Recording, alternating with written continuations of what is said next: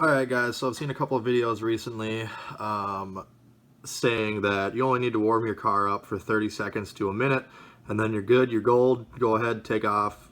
Yeah, I don't agree at all, so that's why I'm making this video. I'm going to try to explain a few things to some people, try to prevent some engines from being ruined. I'm going to start by showing you the ad here. This is just one of them, which is coincidentally by Business Insider. I don't know why a Business Insider is reporting on mechanical things, but sure. Maybe somebody else posted it and they shared it. Maybe they sourced an engineer. I don't know. If they did, how good's the engineer? Anyway, we're gonna watch this. See what you think.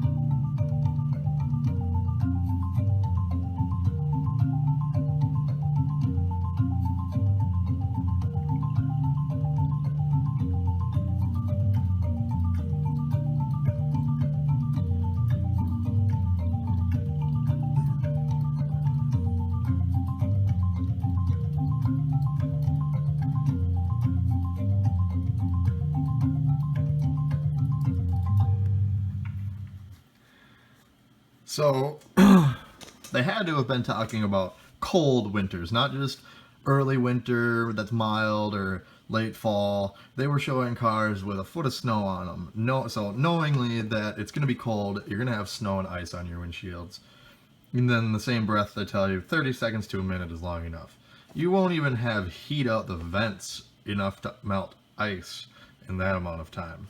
So, yeah, no. I'm gonna take you out to my car, which happens to be a 2006 Subaru Outback XT. That's the model that has a turbo on it. It's been sitting since about 11 p.m. last night, and right now it's almost 5 p.m. So it's been sitting about 20 hours, give or take.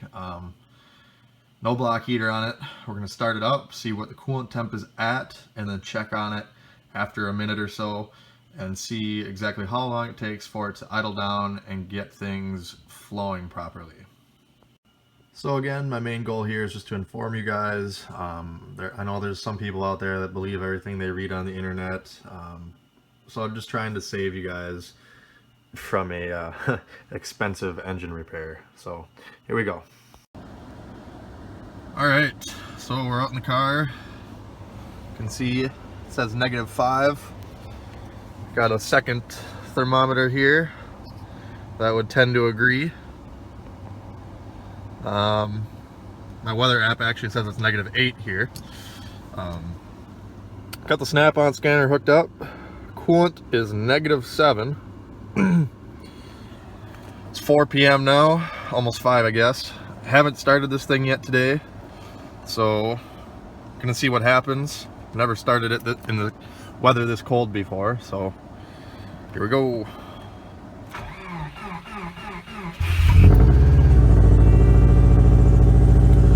Not happy about it. So now I'm gonna turn the heat on max. I'm gonna leave this thermometer in here right on the center armrest with the probe facing the heater vents. And we're gonna see exactly how long it takes to get warm.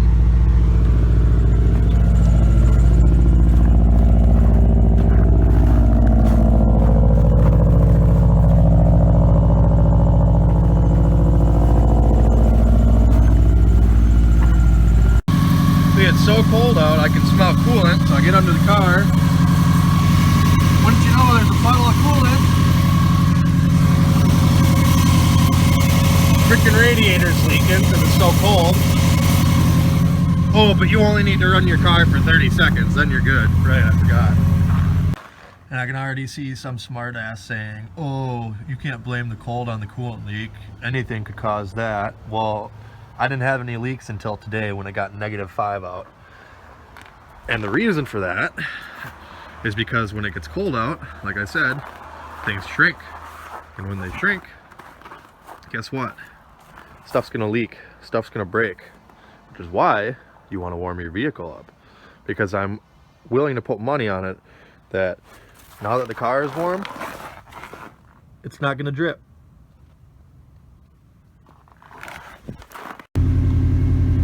Got a timer going on my phone right now. We're at just over 5 minutes worth of idle time.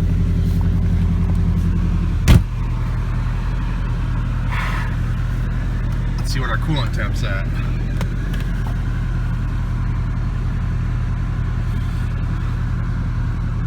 Now we're just starting to get a little bit of heat out of here, enough to where it feels better to be in here than outside. Coolant temp is at 125. Car is still idled up. We're going to see how long it takes the car to idle down. My general rule of thumb is at least let the car idle down. Different cars will be different. I mean, you don't need to let it idle for a half hour if it doesn't idle down by then, but you know, 5 minutes here, I would at least idle it that long, because you're now finally starting to get a little heat out of here. You know, if you got a big old thick layer of ice on the windshield, it needs some time to, you know, melt that. Luckily I have heated seats, so right now my butt's pretty cold. Those haven't even had enough time to power up yet. I do not have a heated steering wheel, so that's still cold. Good thing I got my driving gloves. Up to 131 now. Now I was hoping that this would show oil temp, but I don't see that. By the way, our air intake temp started at 1 degree and now it's at 37, so it's getting warmer.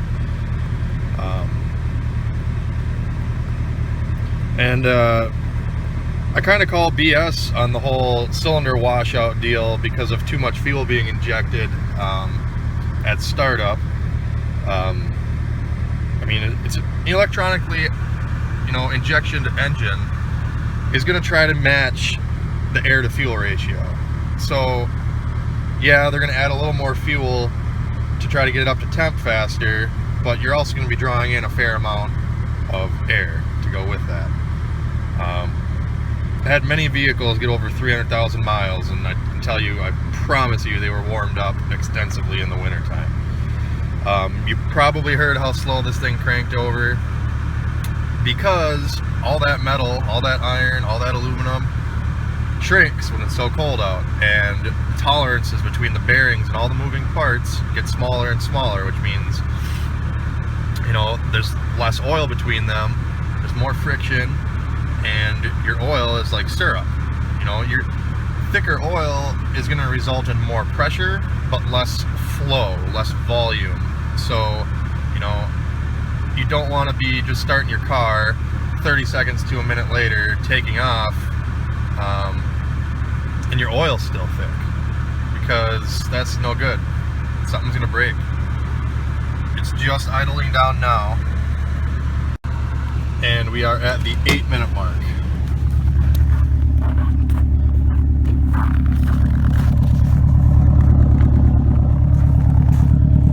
You can hear it's a little more tame now.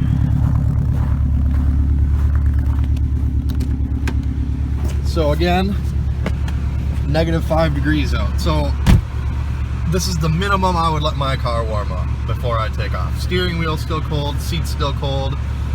Luckily it didn't snow, so there's nothing built up on the windshield. I have a little bit of heat, so I would be willing to drive this now, but I would take off. I wouldn't go over 4,000 RPMs with it. Got a manual in it, so even with a manual gearbox, it's still easier to move the shifter now that it's warmed up for a few minutes. And some of the heat is transferred from the engine to the transmission, and the transmission is still spinning in neutral.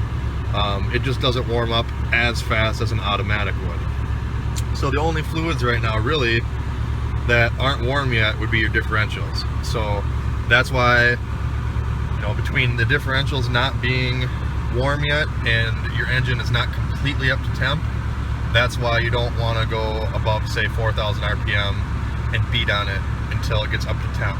Everything's warm, how it should be. You can see I'm just a quarter of the way up on the temp now. So there's no way 30 seconds to a minute is enough. I mean, if it was 30 degrees out, we might be able to cut this idle time down to, you know, 3 to 5 minutes. But when it's a -5 like this, you know, I just proved it. You know, what's our coolant temp? I lost connection again.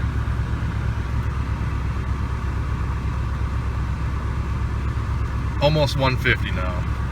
And you know, your normal operating temp is going to be in the 180 to 200 range. What does our thermometer say it is in the car?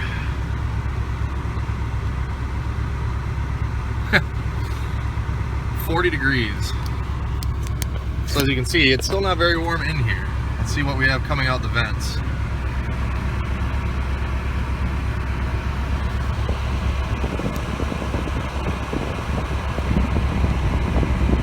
So, not only does the oil and the coolant and your power steering fluid and all the other fluids need time to warm up to be more efficient, but also your cats need time to warm up. Now, most O2 sensors nowadays have a heater circuit on them, so they warm up quicker within, you know, about a minute. But their whole point with you're wasting more fuel idling still doesn't make sense, because yeah, you're idling your fuel away because it's injecting more fuel to warm up the car, but at idle you're only at about 1,000 or 1,500 RPM. You know, by the time it gets up to temp, most vehicles come down to the 500 to 700 range. To me, idling your car at 1,000 RPM is going to use less gas than hopping in your car when it's still cold and it's in open loop and you're accelerating with it, because then you're using even more fuel. You're going to be at a higher RPM and you're still going to be in closed loop, which means it's just a basic tune for the engine to get it going and up to temp. So it's not using your O2 sensors or anything, any sensor data to help the engine run more efficiently. So if you let the car warm up a little bit, idling, it'll get to closed loop, or sorry, open loop faster when you're driving, which is more efficient because it's using the O2 sensors to determine how well the engine's running, and it will adjust your fuel injection from there. They were talking about how older carbureted engines, blah, blah, blah. Right. They didn't use carburetors ever since pretty much 1990. I mean, the older Chevys have kind of like a throttle body injection type goofy thing that sucked, but for the most part, they don't even use carb anymore. So we've got 105 degrees coming out, not too shabby. Also wanted to talk to you about block heaters. If you have a block heater, plug it in. It makes a huge difference. I mean, that can cut your idle time down right there, because if, I don't know, I mean, if you plug a block heater in and it's this cold out, my car probably would have been cranking over at twice the RPMs. The coolant would have already been, you know, warm. So it would have had, you know, it would have resulted in less idle time. So there are things you can do if you're actually worried about the environment and think that 5 minutes extra idle time is going to make a huge difference. You get a block heater installed, that'll cut it down. Diesel engines in this kind of temp probably won't even start dang near without a block heater, because there's just so much iron to turn over, so much friction, everything shrinks and tightens up when it's this cold out. As you can see, my oxygen sensor is flipping between on and off, which, you know, that's what it's supposed to do once your the heater circuit is working. And so one of their arguments was that idling shortens your engine life, because the fuel, the excess amount of fuel, is going to wash all the oil off of your cylinders. Alright, so first off, that's not going to happen unless your car is injecting so much fuel it's about ready to hydrolock, which is highly unlikely. Something would definitely be wrong with your car at that point. And also, the only way that gas should be getting past the piston rings is if you have outstanding engine blow-by already due to worn piston rings or no cross-hatching left on your cylinder. So the only way it's going to do damage to your car is if your car is already damaged. So their whole point there is null and void.